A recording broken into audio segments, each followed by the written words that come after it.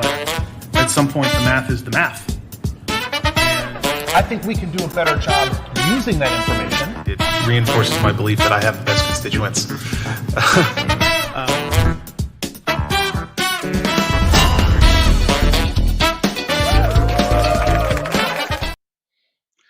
Hello, Austin. Hello, District 6. It is your council member, Jimmy Flanagan.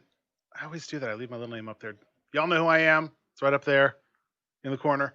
Glad to be with y'all again for another Clawback. It is our 40th episode, 40.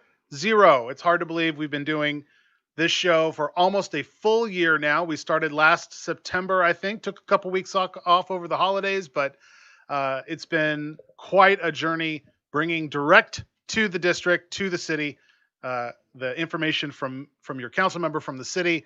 And since the pandemic began, some amazing guests to tell their story and talk about what they do for the community and bring the good local information. So let's jump right in. I want to talk just briefly. You know, we should always be keeping our eye on the ball as it relates to the pandemic. So here is our chart. This is the one about the risk-based guidelines. This is the stages. Did you hear the news? We are in stage 3, y'all. Look at that curve. I wish I could put my hand over it so I could draw it. You can see the mouse. Wait, maybe you can see the mouse. We've dipped up into stage 5, hovered at stage 4. Look at that. Austin, you're doing a great job. Keeping wearing your masks, staying out of those enclosed spaces. I'll show you the chart here where we talk about the guidelines. I'll blow that up big so you can read it. Stage 3 is pretty good, but don't take your eye off the ball, y'all. Don't take your eye off the ball. Still wear those masks. You know, we've got the universities reopening. I'm sure you've seen some of the social media on that. That's not great. And of course, we had hurricane evacuees, you know, because it's not enough in 2020 to have a pandemic and everything else. So there's also got to be multiple hurricanes. And Austin, as it has many times before, stepping up, opening up the convention center as a shelter, having our guests joining us from the coast. But it also had people in close quarters. So we got to stay aware of that. And Austinites, you're doing a great job, again, wearing your masks and being just generally good citizens out in the public. You know, and again, you know, treat our essential workers well. You're going into the H-E-B, you're going grocery shopping. Those folks were not hired to also be the bouncers of COVID. So keep up the good work, everybody. I want to get right to our first guest. This is someone who I've gotten to know for a while. Also, one of our amazing law enforcement leaders in our community, Constable Carlos Lopez. Hello, Constable Lopez. Hello, Jimmy. How are you? I am great. Thanks for joining my show today. How are you doing? How is the family? Is everybody safe and healthy? Well, we're doing great. Today is my wife's birthday, by the way. I'm married to Jennifer Lopez, by the way, but we call her J-Lo. So today's her birthday. Happy birthday, J-Lo. And she also just finished her master's degree. So she graduated virtually as well. So we have a couple of things to celebrate as well. But life is good, Jimmy. Life is good. Obviously, we're trying to get through some challenges, in the constable's office in Travis County. And if you don't mind, I could explain to you a little bit about the constables, because the biggest question, the number one question that I get from everyone that I meet, what the heck does a constable That's right. do? Right? Yeah, I would love that. Yeah, please explain to folks what the constable does. Yeah, so we are peace officers. We're obviously peace officers, and we go through the academy and all that. There are 5 elected officials in Travis County, elected constables, that is, and we run in the presidential year. I'm running unopposed, thank goodness, and every 4 years, again, we run. My district, my precinct is Central Austin, is what is considered Central Austin. And although it's Central Austin, the east boundary is IH-35, and I have the Mueller community, and I'm bound on the north end by Far West Boulevard, Anderson Lane area, 2222. And on the west side, it goes, if you're familiar with 620, almost to 620 in the River Place area, and then southbound by the lake. So it's a pretty good size area. And although we're law enforcement, considered law enforcement, and we are peace officers, we don't go out. My office does not go out patrol, with the exception of disabled parking enforcement is all we do. And there's very little of that going on right now. But the majority of the work that we do, for example, all my officers, all my deputies are plain clothes. They're plain clothes, and we have what we call a soft approach, because we deal with, we don't patrol, we don't do traffic, things like that. As a matter of fact, our vehicles are unmarked as well. The people that we're dealing with are folks that are going through, financial issues. We're going through domestic issues. They're going through some hard times, and I'll tell you, this is probably one of the worst times in a long time that folks are struggling financially and domestically as well, having domestic issues. What we do, my precinct, we serve the domestic violence protective orders that are issued out of the family court. We do some evictions. The eviction process right now is really not happening. There is somewhat of a moratorium, and we are dealing with some of the evictions that are considered to be emergency only. But we also deal with civil process. Anything that comes out of the district court, county court, and the JP court, notices, any kind of notices, we serve personally. We go out and we serve. So we are an essential office.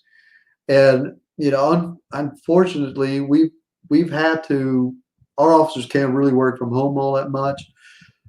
They do some training and all that, but we've had to go out and actually personally serve these individuals. So now we're faced with the COVID pandemic, and so we're having to wear, our PPE, our equipment, and treat things a little bit differently than we've always done before. So we have to be very careful on how we approach things. But the people, again, that we're dealing with are not criminals, per se. They're just individuals that are going through a hard time.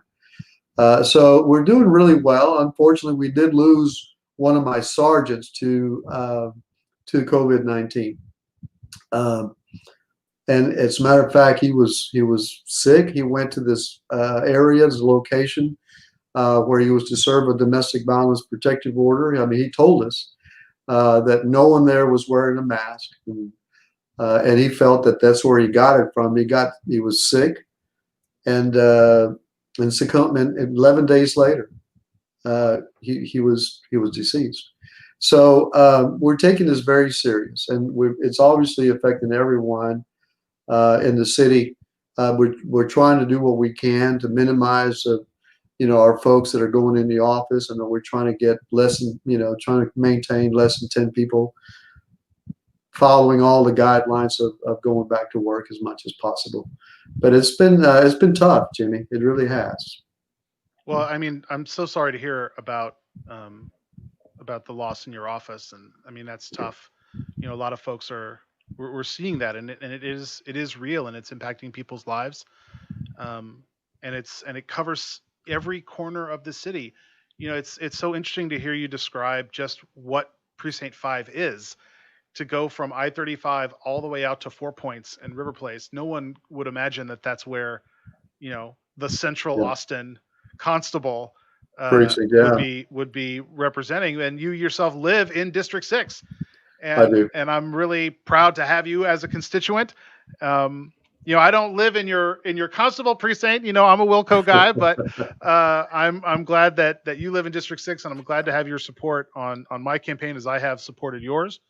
And the challenges of your job and your deputy's job, it's already a hard job, and it's exacerbated with this pandemic. I hope y'all are seeing some of it get better as we're seeing the hospitalizations decrease, and people seem to be understanding the need. More people are wearing masks. Are you seeing that level of compliance in the parts of the city you guys are working in? We weren't at first. Right. I mean, people were not taking it serious. I even felt that even some of the Travis County folks were were disregarding a lot of the precautions that and procedures that were activated in Travis County and the city of Austin. But as soon as it started hitting home and people were starting to get sick and dying, people realized how serious it was. And so slowly but surely, I'm seeing that folks are complying. You're still going to have some folks that, for whatever reason, are reluctant to follow. But most of the folks that we deal with are not going to have a mask on because we're going to their homes. We're not going in their homes, but we're going to their homes. And wherever it is that we have to serve this process, the domestic violence protective orders and all that we serve, most of these folks are not going to have a mask. So we have to be careful on our approach and all that. But we out in the public, whenever we are out, we're seeing some compliance. Not 100%, but we are seeing some compliance. Well, I'm glad that you're experiencing and seeing that as well as I am. And we could probably sit here and talk all day about the different things your office is experiencing. The last quick thing is one of the, your office, you say you serve the protective orders for folks who are trying to deal with domestic violence. We're seeing, or it's reported, there's been uptick in domestic violence because of the stay home orders and people being in close family quarters. Are you seeing that in your work? Yes. Yeah, we have. We have seen an uptick. And we're receiving all the domestic violence protective orders, and in some cases, we have what is called an exclusion of residence. Where we have to go out and remove the person from, from that situation, and that gets to be a little bit volatile as well. But yes, and what we're hearing and what we're seeing is also, some child abuse, because and the problem is that we're seeing or hearing is that they're all in the same quarters. Before the abuser would leave the house, go work, and they would have an opportunity to reach out and find some assistance. And now they're all confined, and so it's difficult for folks to get away, if you will. And try to get some assistance. So it's a little bit harder for folks so we're trying to reach out as much as we can. Obviously on our end, all we do is we serve, the protective orders and Safe Place and all those great agencies that are out there are doing the best they can to put the word out for folks. But yes, we have seen an uptick in all of that. Well, Constable Lopez, thank you so much for all the work you do, and please pass my thanks on to your deputies and the rest of your staff. It's a very difficult job to do it even during normal times, but especially difficult during a pandemic and literally everything else that 2020 has brought on this community. Thank you so much, and then thanks for being such a great supporter and D6 resident. Hey, thank you, Jimmy. Thank you for having me, and keep up the great work. Awesome. Thanks, Constable. Okay. It was great to have Constable Lopez on the show. There are so many different county offices that you get to vote for, and you probably don't even notice it when you're going down the ballot, and you get those votes at the top, and then you see all the stuff in the middle, and then you find me and school board races, and you'll see Project Connect down at the bottom of your ballot this November. But they're unbelievably hardworking public servants. And I'm glad to have Constable Lopez also as a friend and a constituent in District 6. Well, let's go on to our musical guest. I am so excited to have this musical guest on the show on the 40th episode of the Clawback, the incomparable BettySoo. Hi, Betty. Hi. Good to be here. Well, thank you for taking some time and joining us on the show today. I'm so excited to have you on here. I'm excited to be here. Well, first off, just how are you doing? Is everybody safe and healthy and making it during this pandemic? Yep. I'm so far just hunkered down for the last 5.5 months or however long, and here and basically almost never leave my home. It's a very different existence from being in hotel rooms 200 nights a year or whatever. Oh my gosh. Well, that 50 to 200. Yeah. I want to get into that too for you. One, what was it like? What was the impact of South by's cancellation on your work and surviving as a musician? What was the impact that you saw? Well, I think all of us are really grateful that it was canceled and and that the city reacted when it did. I think it's it's a totally different world, like it is for everybody, and yeah, it is definitely hard on a lot of the performing community, especially if you're not a front person in a band, if you're a band member, because those of us who front the bands, we can still do these live streams and find other avenues for presenting music. Sometimes I do these things that Barbara Nesbitt and I called coronograms, where people ask for like a video music message to be sent to a loved one or a coworker or a friend, somebody that they miss. But if you're like the bass player or the drummer in a band, then it's a little bit harder to find out where that new online hustle is.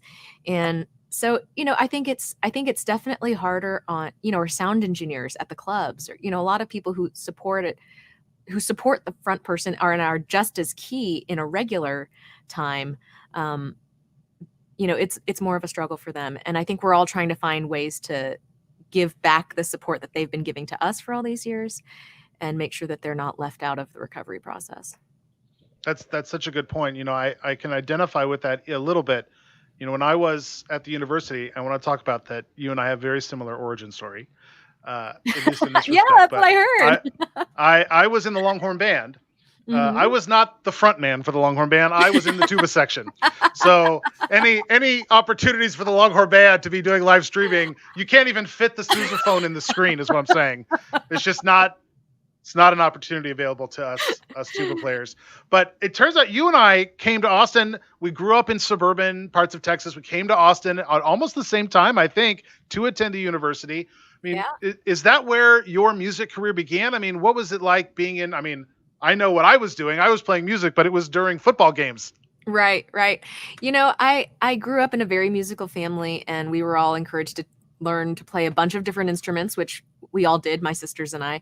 And but it was definitely like something that you do to be a well-rounded person, not like something that you think of as being a career path, unless you prove to be a prodigy, which none of us did. So it was just something that we did to be fulfilling and interesting. And then once I came, but it was always just such an important part of my life. And when I came to Austin, part of the reason I went to UT was because I wanted to live in Austin, and I had just heard about the music community here and about how different and unique it was from other places. And I wanted to, be part of that. And I wanted, at that point, I just wanted to see it. I just wanted to like experience it as a fan and to admire it. And then years later, I ended up, venturing into it.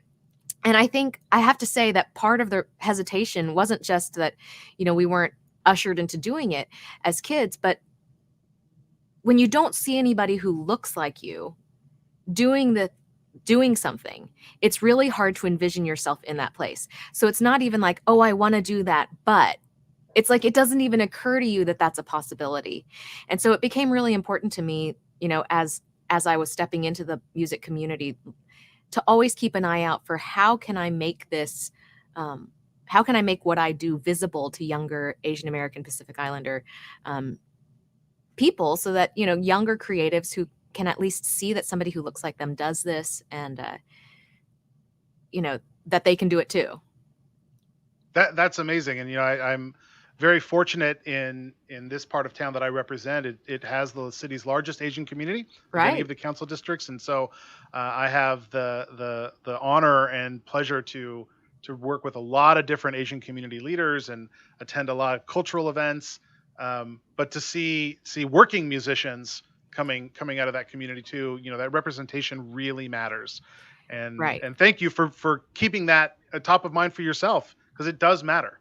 It Yeah. absolutely matters. Yeah. And finally, I will say we are finally organizing a bunch of creatives in Austin, especially right now in the music field, but eventually including people who work in film, art, dance, theater. We've just formed a new organization called the Asian Creatives of Greater Austin, which you can see our little logo back here. I love it. We just launched on Facebook. We're just launching our website, austincreatives.org. And, we really have a mission to elevate the work of Asian creatives, to advocate for, to provide opportunities, because Asian American, Pacific Islander, South Asian creatives often get sidelined, and it's not usually through malice or disinterest, so much as just a lack of awareness, and I think a lack of resources, because there haven't been, especially like outside of the Bay Area or certain kind of epicenters of historic Asian communities, there hasn't been a lot of advocacy because there haven't been previous generations to build that base. So we're trying to do that work now. Well, congratulations. That sounds like an amazing advocacy group. And, one of the things that I've worked really hard on as a council member is the Asian Resource Center. It's not in District 6, but it serves a lot of District 6 residents, and it is going to be expanded. A big part of that expansion is space for creatives, performance spaces of different sizes, bigger hall, but also smaller spaces, classrooms, other types of things, and serving the Asian community creative network of artists is a big part of how we're going to measure success. We love the Resource Center ARC. expansion. We definitely want to, be very integrated in our work.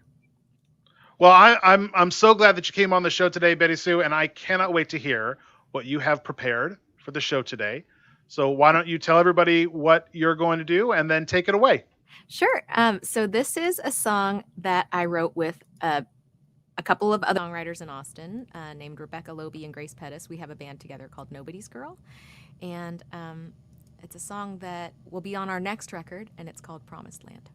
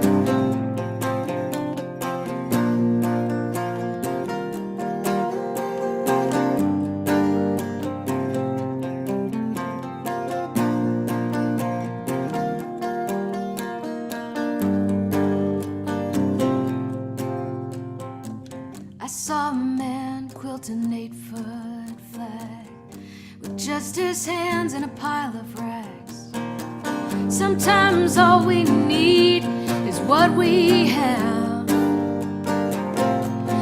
staring at the great divide, staring at the great divide, staring at the great divide, looking to the left, looking to the right. I only see what I can see, feeling small and not that free.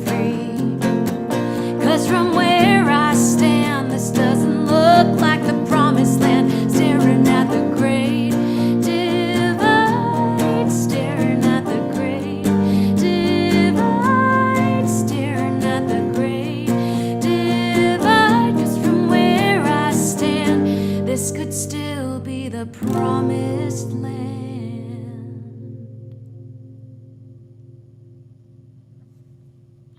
Yes. Oh my gosh.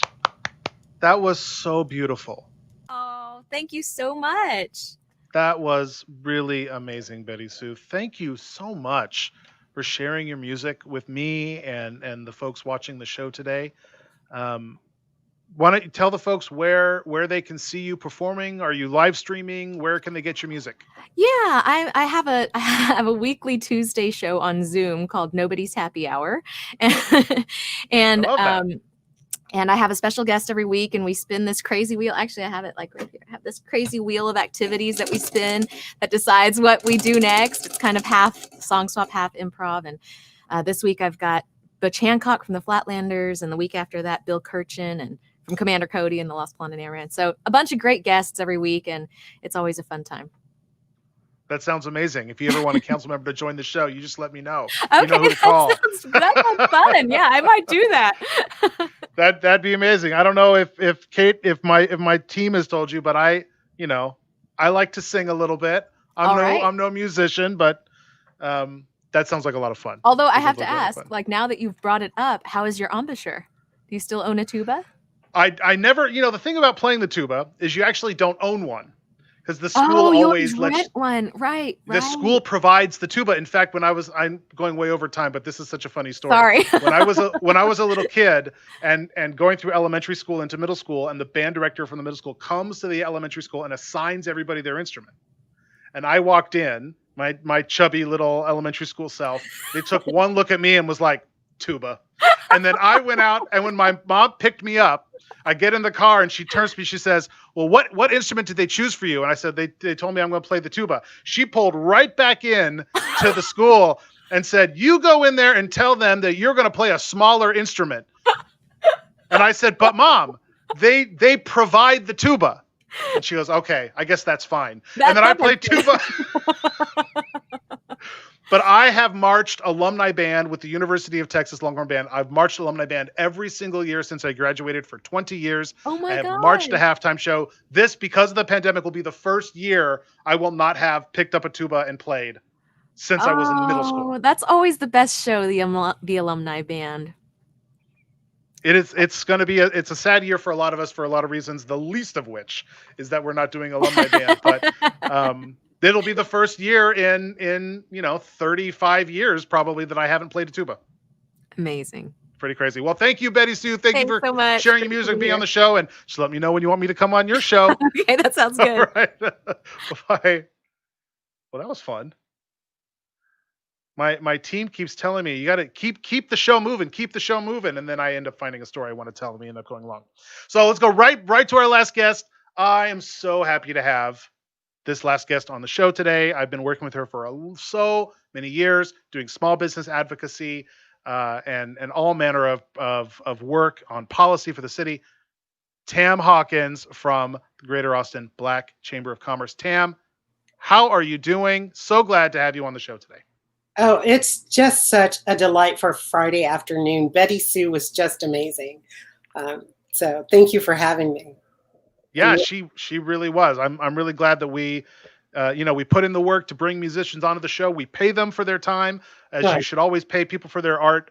And that was pretty spectacular. But Tam, first, how are you? Is everybody healthy? How's your family doing? So everyone's well. It's been really challenging. I mentioned to you earlier that homeschooling or schooling distance learning, right? Because it's not true homeschooling, and Yeah. working and feeding children 3 times a day has been really tough.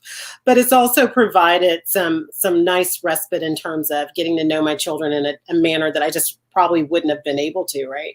So, but we're doing well physically here at my house. All is good. Well, I'm glad to hear that, and I can't imagine how challenging that must be. You know, my chief of staff on the city hall side, Marty, has kids at home, and so I do get a little bit of the play-by-play of the challenges of working parents at this time, and my thoughts and prayers to you. I need it. I'll take it. It's a challenge.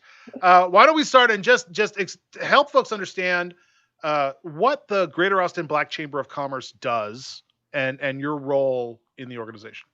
Sure. And I'm glad you asked that, because a lot of people similar to the constable don't really understand what chambers of commerce do. And so we, at our core, we protect trade and commerce, and we do that in a variety of ways. Our market just happens to focus on a Black audience, but we are all inclusive in terms of who we actually have as members, but with a focus with Black business. And so you'll see us do advocacy in government, advocacy in education, explore business development and economic development opportunities, and all of the things that a normal chamber does, but just with a focus on our target demographic, which is Black business in Austin.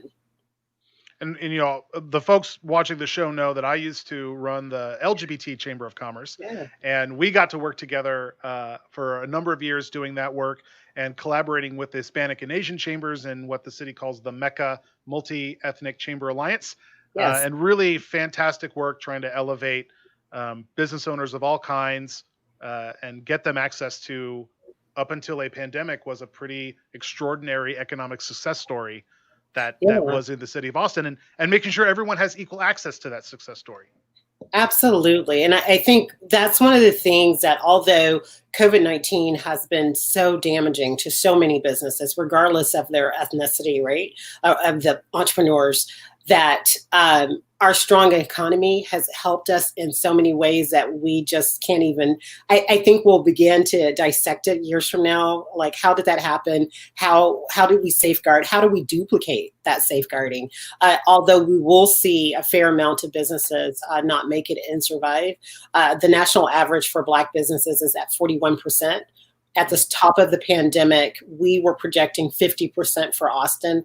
I am hopeful that number is continuing to shrink. Last check, we were about at 41%.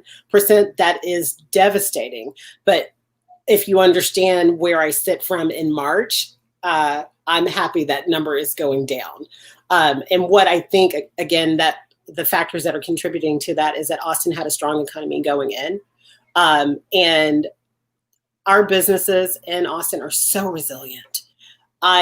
I am so amazed at their spirit of hope and how they're able to overcome some challenges that I think would have floored me personally. I also am a business owner, but they've been just resilient. Now, that doesn't mean that we don't have economic and racial disparities that we have to work on, right? But it does mean that there's a lot of hope out there. Yeah, and I think Austin has been pretty resilient through the last 2 or 3 recessions. Yeah. This one, you know, we hope will be as resilient this time, but this one is very different. Yeah. And you know, just for all the reasons we don't have to go into. You know, in addition to having run the LGBT Chamber and being able to work with you, I also chair the Regional Economic Development Board at CAPCOG, which is the 10-county kind of council of governments. And so I've been able to see this work across a much wider region. And one of the challenges for the city of Austin is that a lot of Black business owners have moved into surrounding communities. They move into Pflugerville, or they move into surrounding communities. And what I love about the way you've taken the Black Chamber is that you have expanded your mission to include a wider region. How are you seeing the impacts of businesses across this wider region? So what we're seeing is that a lot of them have switched to digital. Those that we think that will survive, we're able to adapt earlier on and swiftly look at their margins and be able to determine where their highest ability to make profit. was. So we are seeing some of them close brick and mortars. I think brick and mortar, we will also see an effect in commercial real estate. I don't like talking about that part, but we need to start preparing ourselves for what does it look like now, 5 years from now. And so, and even before that, right? But I think we need to look out a little bit more too for commercial space. So we've seen our Black businesses basically not be able to hold their lease space. And some of them were successful in renegotiating, and that is hopeful and good, but others were not as successful. It's a struggle for a lot of folks, and we've tried at the city to stand up as many programs as we can find the resources for. Of course, we stood up some programs for individuals. I spent time building the small business loan and grant programs that the city launched, writing the resolutions and getting them passed by the council and the staff rolling the programs out. And we had almost twice as many businesses apply for support as there was funding. So there are a lot of really good businesses that applied that if we had an even minimally functional federal and state government, there would be additional resources that we already know who needs them. We already know that they're qualified. And I'm so thankful for the Black Chamber for being a part of getting the word out on those programs so that we could ensure that folks who may not feel government is there to help them know that we are standing up programs specifically to help everyone. And it is not done. If you didn't get a grant this time around, please don't give up hope. At the moment that there's another stimulus from the federal government, the systems are in place, the money can flow directly. That program in particular was very vital to Black business because it helped fill in the gap where the other programs might not have been able to. And so I continue to applaud our city for some of the great work that's being implemented. And it's all such a struggle for all of us trying to come up with the best solution, right? What I say is that none of us have ever been through this before. We don't even have the privilege of having our grandparent or our great uncle or someone who can kind of help us navigate this, right? And so we're kind of all writing it as we go, but that also is good news because there's a lot of opportunity in that, right? So we are able to look at some things in a different manner than we otherwise might not have been able to. Well, Tam, thank you so much for spending some time with me today and joining the show. Before we end, why don't you tell folks how they can engage with the Chamber and how they can best support Black businesses in this community? So at its core, Black businesses are like any other businesses. The best way you can support them is to buy from them, to purchase from them, to use their services. So austinbcc.org is a great platform to look at some of the businesses in the area. We share lists with others. So there are some other great organizations that are also highlighting Black businesses. We are supporting ALI, which is the African American Leadership Initiative, in conjunction with two other organizations, and we're acting as a supporter of that role. And what that is developing Black business leaders in a different way. We also have one of my favorites is the Bristol Joseph Culinary Scholarship. And for those of you who don't know, Tavel Joseph was on the Food and Wine list, Best Chef in America 2020. I'm so proud of him for Austin. And Emmer and Rye is the restaurant that he's a partner in. And that scholarship will help fund, I believe right now we're at 2 full rides for a culinary student at ACC. And finally, the other one is we have a consumer packaged goods program, that accelerator that we're going through Cooksnuts. And so I'm excited that we'll get some Black businesses launched in CPG and get them launched with the tools that they need to be successful. And that's about it. There's an early voting drive on October the 24th. I'm excited about that. And I could keep going, but I'll stop in the interest. Well, you've done some great work, Tam. It's always been a pleasure working with you and to partner with you as a council member. Please keep up all the good work. Let me know and let our communities know how we can best support, as you have, continue to support Black businesses in this community. And again, thank you so much for coming on the show. Thank you so much for all the work, council member, that you and your team do to support business in Austin. Thanks, Tam. I spent many years Let me get that banner off there. I spent many years working with and leading the LGBT Chamber of Commerce and getting to know the leaders of the Hispanic and Asian and Black chambers over many years. My first engagement with the LGBT Chamber was, I think it was in 1999. It's been many years. It's how I decided to want to become a council member and learning, the ways that city government could improve. And we've been able to do a lot of that work, helping the city improve over the last few years, certainly the years that I've been on the council. And so for that, I just want to close by saying, go to my website, jimmyflanagan.com/next, and talk about, you can sign up for a yard sign. You can sign up as a public supporter. You can also make a donation to the campaign. There's only a couple of months left. The voter registration deadline's coming up in October. Make sure you're registered to vote. But most importantly, talk it up to your friends and neighbors. This election is so challenging for all of the good candidates like myself, who normally would go out and knock on doors, 10, 20,000 doors over this time, who, because of the pandemic, trying not to put people in that situation, but it relies upon you and the word of mouth. So please keep up the good work for everybody out there. Everybody stay safe, and I hope your families are healthy, and go to the website, sign up as a supporter. Thanks again, everybody. Wear your masks, be safe, and we'll see you next week.